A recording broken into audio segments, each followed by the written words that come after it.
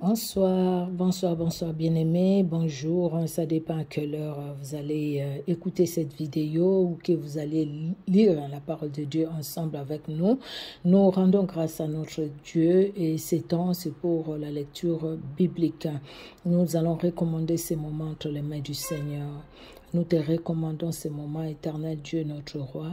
Nous te louons, Jésus, nous te glorifions, car toi seul est Seigneur, toi seul est Dieu, toi seul est victorieux. En dehors de toi, il n'y en a point d'autre. Gloire à toi pour ta joie, ta paix. Gloire à toi pour ton amour, ta fidélité dans nos vies. Gloire à toi pour l'œuvre de Golgotha. Gloire à toi pour le Saint-Esprit qui est à l'œuvre. Laisse que l'honneur monte à toi.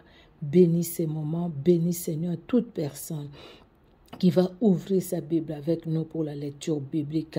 Éternel Dieu de gloire, que ce soit sur Facebook, sur YouTube, bénis tout un chacun et bénis aussi nos familles dans le nom puissant de Jésus-Christ. Amen. Amen, amen, amen. Nous allons faire la lecture du 21 août, nous sommes le 21. Nous allons lire dans 1 Samuel 13, Jérémie 50, Romains 11, le psaume 37 de 12 à 29, Proverbe 21, 25 à 26. Nous commençons par 1 Samuel au chapitre 13.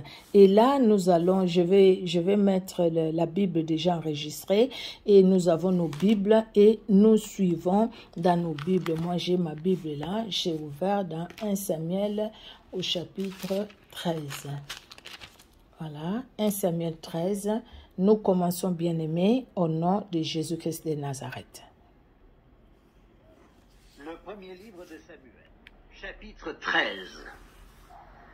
Saül était âgé de ans lorsqu'il devint roi, et il avait déjà régné 2 ans sur Israël. Saül choisit 3000 hommes d'Israël, 2000 étaient avec lui à Michmash et sur la montagne de Bethel, et 1000 étaient avec Jonathan à Gibéa de Benjamin. Il renvoya le reste du peuple, chacun à sa tente. Jonathan bâtit le poste des Philistins qui était à Géba, et les Philistins la prirent. Saül fit sonner de la trompette dans tout le pays en disant que les Hébreux écoutent. Tout Israël entendit que l'on disait: Saül a battu le poste des Philistins et Israël se rend odieux aux Philistins. Et le peuple fut convoqué auprès de Saül à Gilgal. Les Philistins s'assemblèrent pour combattre Israël. Ils avaient 1000 chars et 6000 cavaliers, et ce peuple était innombrable comme le sable qui est sur le bord de la mer. Ils vinrent camper à Michmash, à l'orient de Beth-Aven.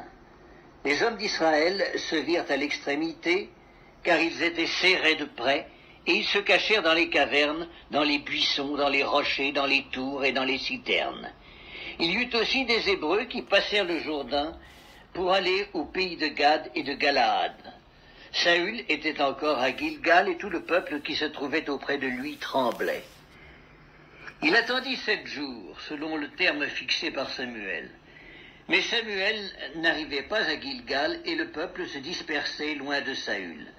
Alors Saül dit: Amenez-moi l'holocauste et les sacrifices d'action de grâce.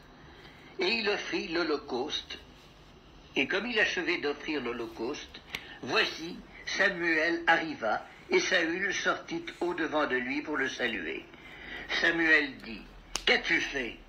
Saül répondit: Lorsque j'ai vu que le peuple se dispersait loin de moi, que tu n'arrivais pas au terme fixé, et que les Philistins étaient assemblés à Michmash, je me suis dit: les Philistins vont descendre contre moi à Gilgal, et je n'ai pas imploré l'Éternel. C'est alors que je me suis fait violence et que j'ai offert l'holocauste. Samuel dit à Saül: Tu as agi en insensé, tu n'as pas observé le commandement que l'Éternel, ton Dieu, t'avait donné. L'Éternel aurait affermi pour toujours ton règne sur Israël, et maintenant ton règne ne durera point. L'Éternel s'est choisi un homme selon son cœur, et l'Éternel l'a destiné à être le chef de son peuple, parce que tu n'as pas observé ce que l'Éternel t'avait commandé. Puis Samuel se leva et monta de Gilgal à Gibéa de Benjamin. Saül fit la revue du peuple qui se trouvait avec lui. Il y avait environ 600 hommes. Saül, son fils Jonathan et le peuple qui se trouvait avec eux avaient pris position à Géba de Benjamin et les Philistins campaient à Micmash. Il sortit du camp des Philistins 3 corps pour ravager. L'un prit le chemin d'Ophra vers le pays de Shual, l'autre prit le chemin de Beth-Horon, et le troisième prit le chemin de la frontière qui regarde la vallée de Tséboïm du côté du désert. On ne trouvait point de forgerons dans tout le pays d'Israël, car les Philistins avaient dit « Empêchons les Hébreux de fabriquer des épées ou des lances ». Et chaque homme en Israël descendait chez les Philistins pour aiguiser son soc, son hoyau, sa hache et sa bêche, quand le tranchant des bêches, des hoyaux, des tridents et des haches était émoussé, et pour redresser les aiguillons. Il arriva qu'au jour du combat, il ne se trouvait ni épée ni lance entre les mains de tout le peuple, qui était avec Saül et Jonathan. Il ne s'en trouvait qu'auprès de Saül et de Jonathan son fils.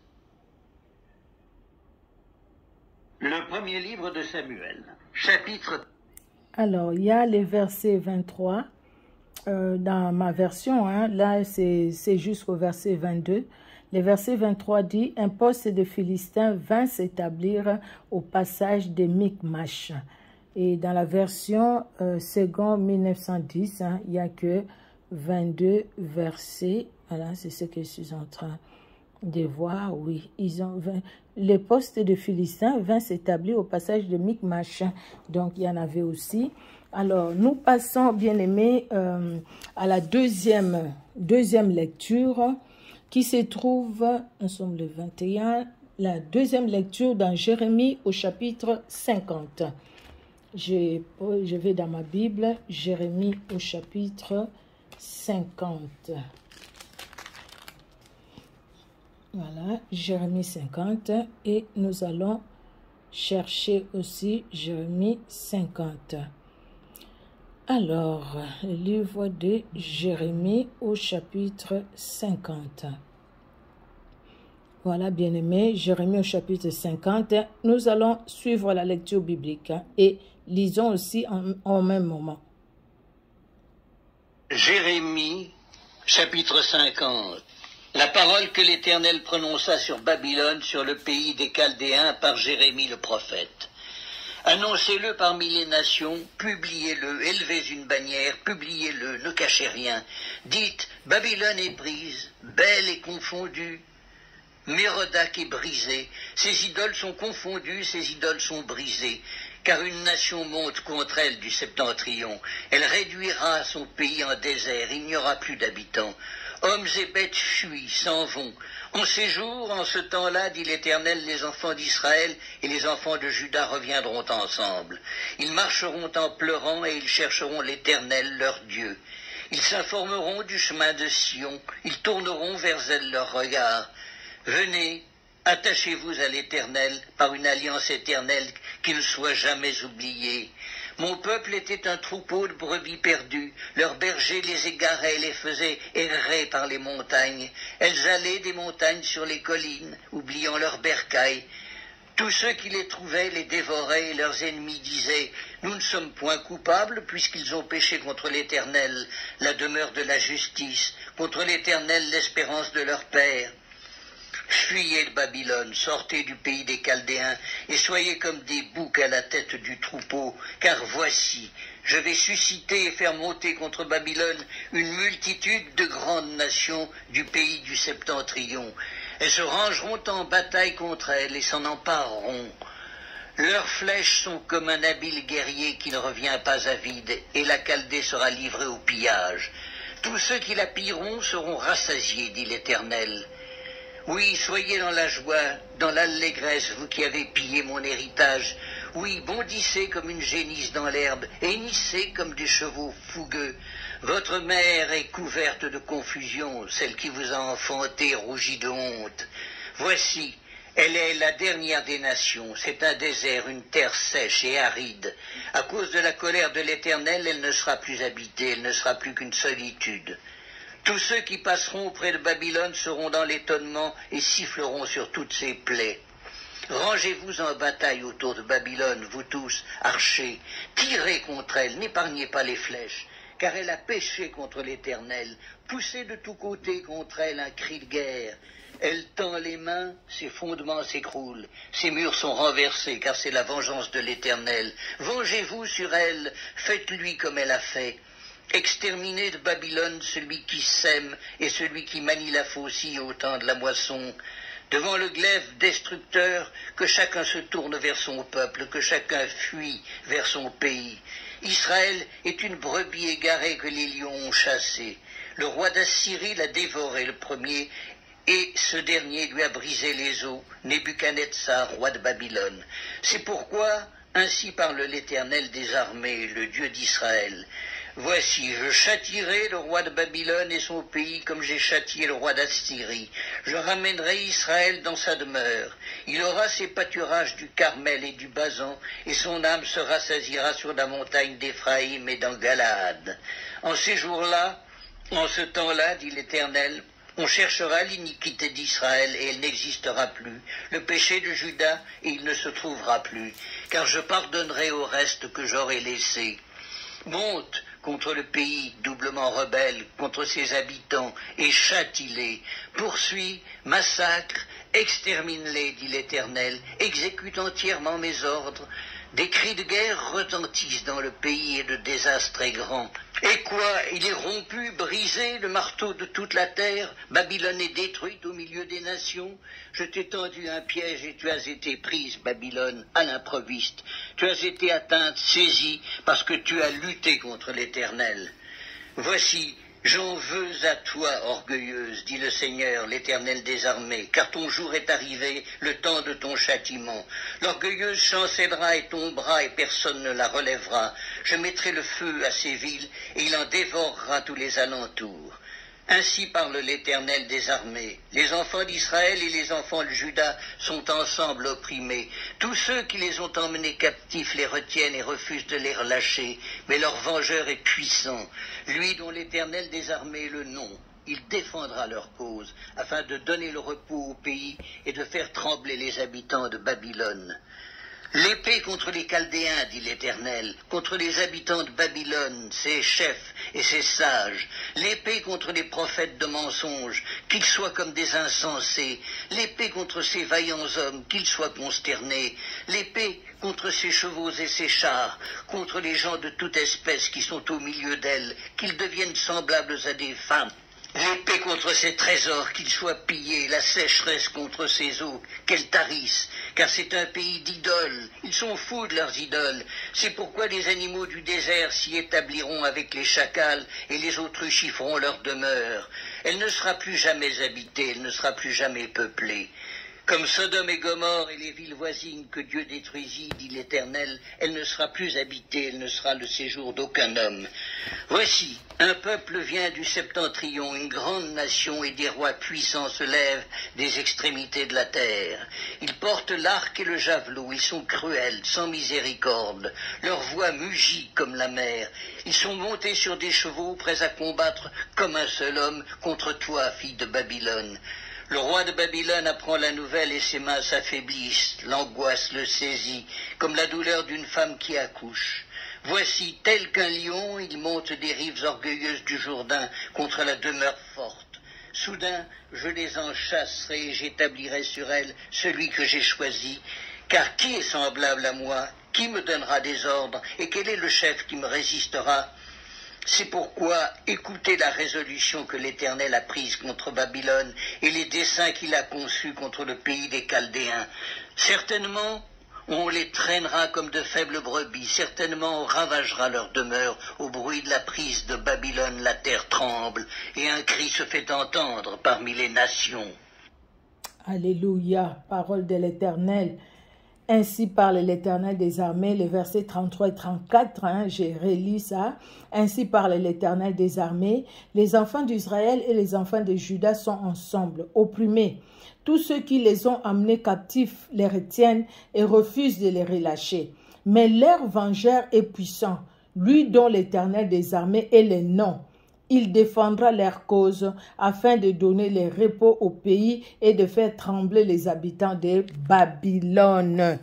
Job a dit, mon Rédempteur, je sais que mon Rédempteur est vivant et il interviendra les derniers. Judas, Israël, amené en captivité, opprimé.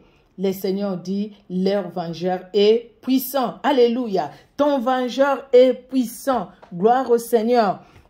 Nous allons aller, bien-aimés, dans la troisième lecture, c'est dans Romains au chapitre 11. Romains chapitre 11. Voilà, Romains chapitre 11. Et nous allons ici dans Romains au chapitre 11. Dans le Nouveau Testament, Romains chapitre 11. Voilà. Et nous allons suivre aussi dans nos Bibles. Romains chapitre 11.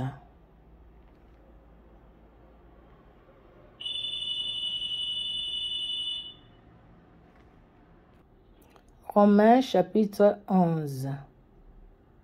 Ah. Épître de Paul aux Romains, Voilà. chapitre 11.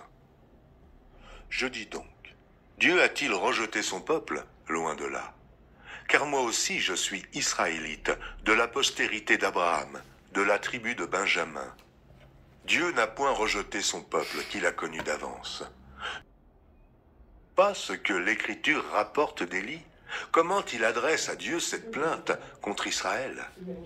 Seigneur, ils ont tué tes prophètes, ils ont renversé tes autels. Je suis resté moi seul, et ils cherchent à m'ôter la vie. Mais quelle réponse Dieu lui fait-il? Je me suis réservé 7000 hommes, qui n'ont point fléchi le genou devant Baal.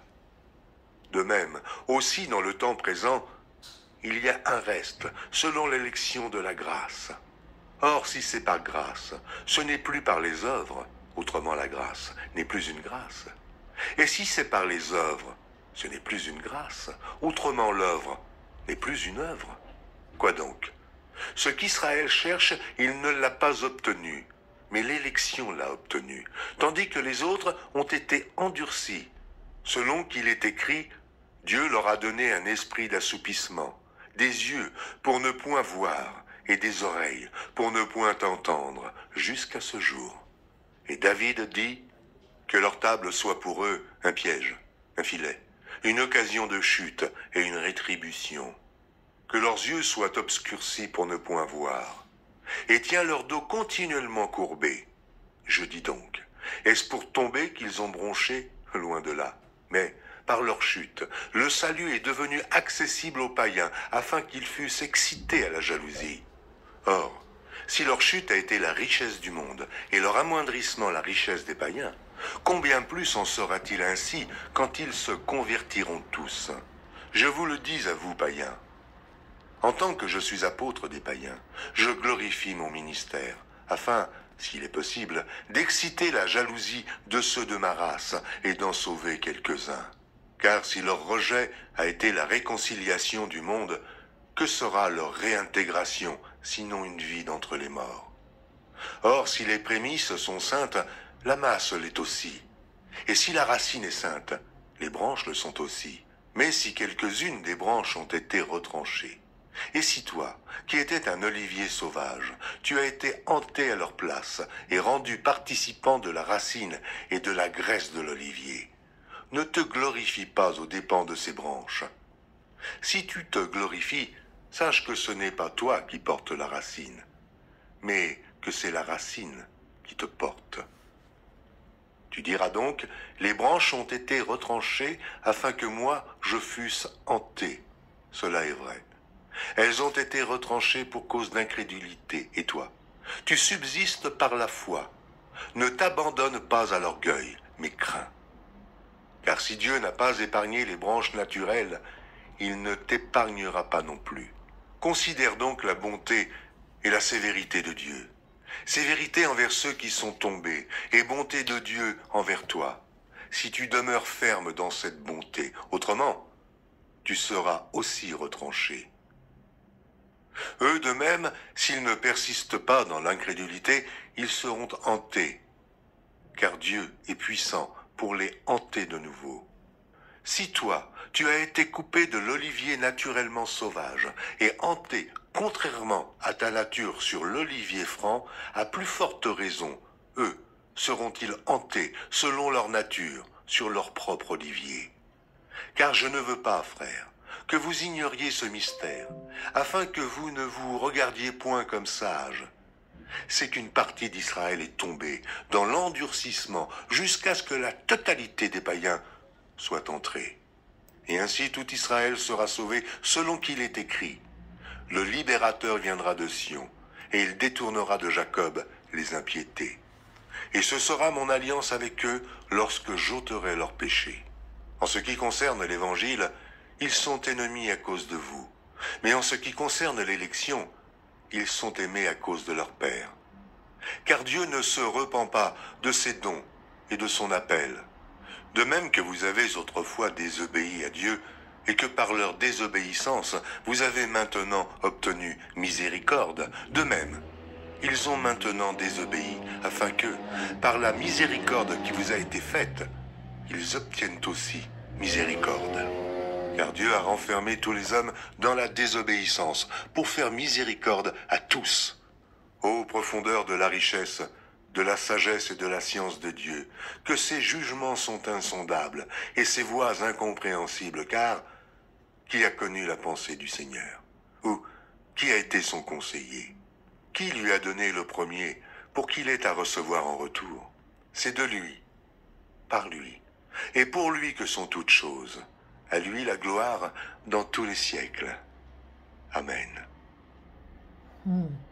Ô profondeur de la richesse, de la sagesse et de la science de Dieu, que ses jugements sont insondables et ses voies incompréhensibles.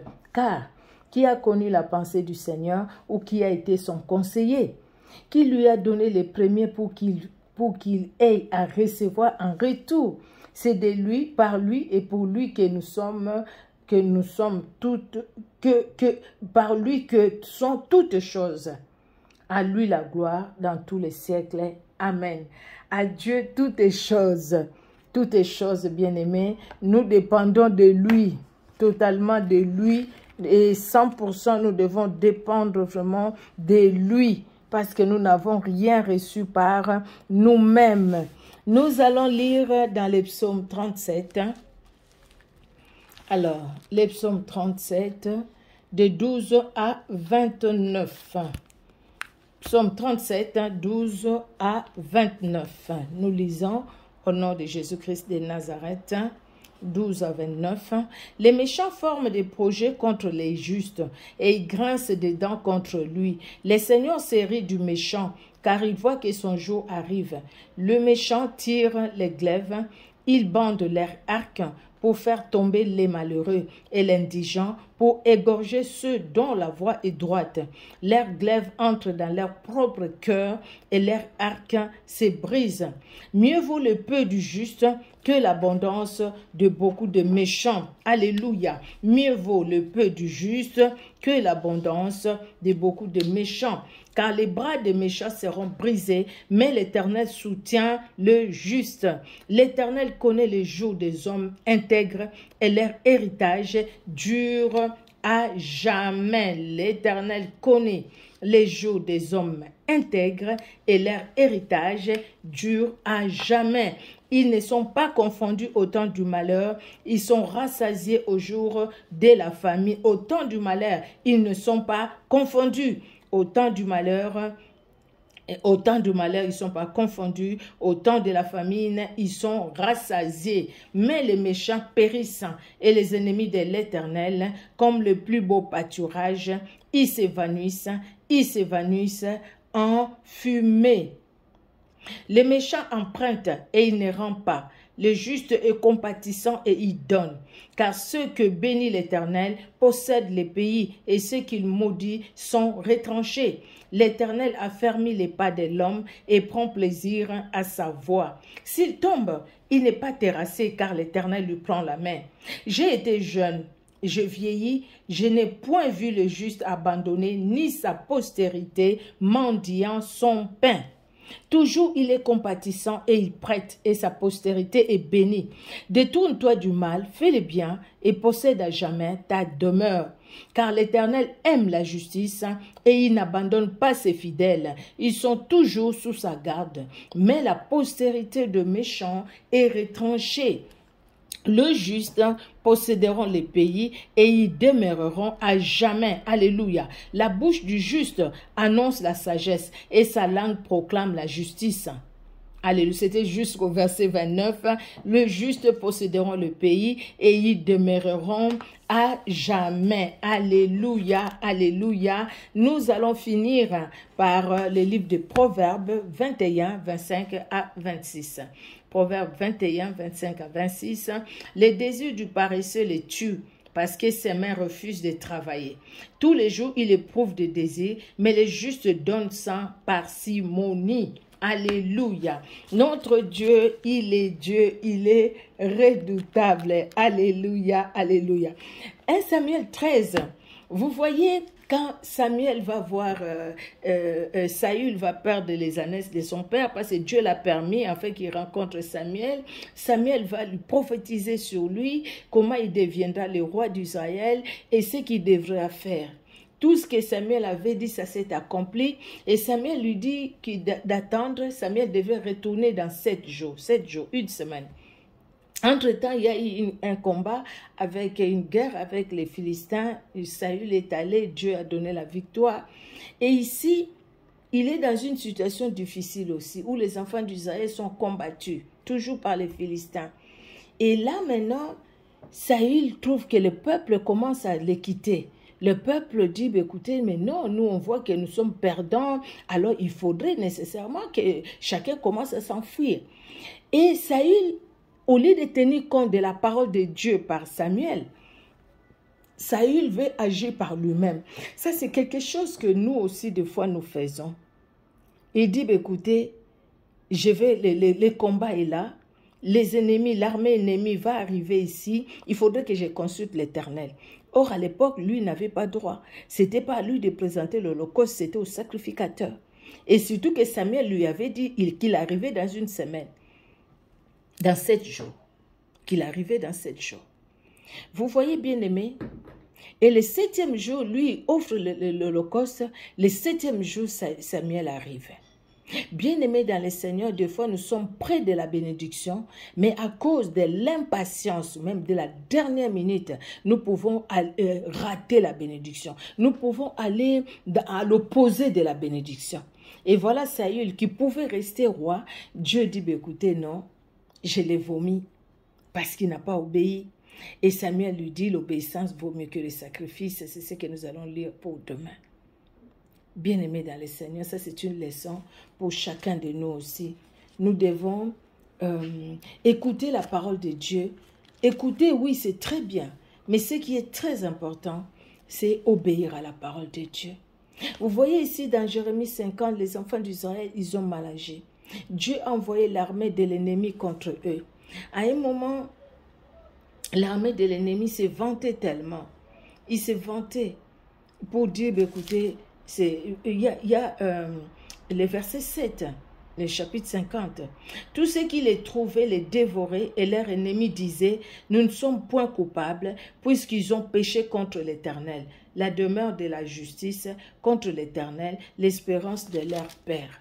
Donc, ce n'est pas notre problème. Si vous souffrez aujourd'hui, ce n'est pas si vous avez péché. Donc, nous ne sommes que des instruments. Nous vous faisons souffrir. Mais écoutez, c'est votre faute. C'est vous-même qui avez péché. Oui, les enfants d'Israël avaient péché. Oui, le Seigneur a permis que les enfants d'Israël a corrigé les enfants d'Israël. Oui. Mais les instruments que Dieu a utilisés pour corriger les enfants d'Israël, parce qu'ils se sont vantés, c'est comme ces sorciers dans nos familles qui se vantent à cause de la sorcellerie, de leur sorcellerie. Ils se vantent parce qu'ils font du mal. Ceux qui sont dans les sciences occultes se vantent à cause du mal qu'ils font. Mais sachez que notre vengeur est vivant. Sachez que notre vengeur est puissant. Sachez que notre vengeur, c'est l'Éternel des armées. Et Dieu dit, mais leur vengeur est puissant. Les vengeurs d'Israël et de Juda est puissant. Alléluia. Et il dit, dont l'Éternel des armées est le nom. Son nom, c'est l'Éternel des armées. Pourquoi il parle des armées? Parce qu'il y a des combats, parce qu'il y a la guerre. Et c'est une armée qui va contre une autre armée. Et la victoire se trouve auprès de ceux auprès de notre Dieu. Et Dieu nous donne sa victoire parce que nous lui appartenons, comme Israël lui appartenait. Amen, amen. Demeurons, bien-aimés, dans la présence du Seigneur. Demeurons parce que Dieu est Dieu. Et c'est vrai, Dieu est Dieu. Oui, c'est vrai, Dieu est Dieu. Demeurons dans sa présence. Éloignons-nous vraiment de tout ce qui est souillir, de tout ce qui est péché. C'est ce que Paul aussi parle de ça à l'épître de Romains, au chapitre 11 que nous venons de lire. Éloignons-nous de ces choses-là, des choses qui empêchent à la gloire de Dieu de se manifester dans nos vies. Alléluia, alléluia. L'Éternel connaît les jours des hommes intègres et leur héritage dure à jamais. Nous voulons une bénédiction pour nous-mêmes, pour notre postérité, notre progéniture bien-aimée. Restons attachés au Seigneur Dieu des armées. Alléluia. Merci Seigneur Dieu de gloire pour ce temps de lecture biblique. Nous te prions Seigneur Dieu de gloire que cette parole Seigneur trouve de la place dans nos cœurs, que cette parole germe dans nos vies, afin que nous marchions toujours dans la crainte de ton nom. Tu es Dieu, tu es Seigneur. Merci pour ta fidélité et merci pour ta main puissante dans nos vies, dans le nom puissant de Jésus-Christ de Nazareth, que nous t'avons ainsi prié. Amen. Amen, amen, amen. Que Dieu vous bénisse, bien-aimés dans le Seigneur. On se donne rendez-vous pour la prochaine lecture biblique. À demain, par la grâce de Dieu. Au revoir.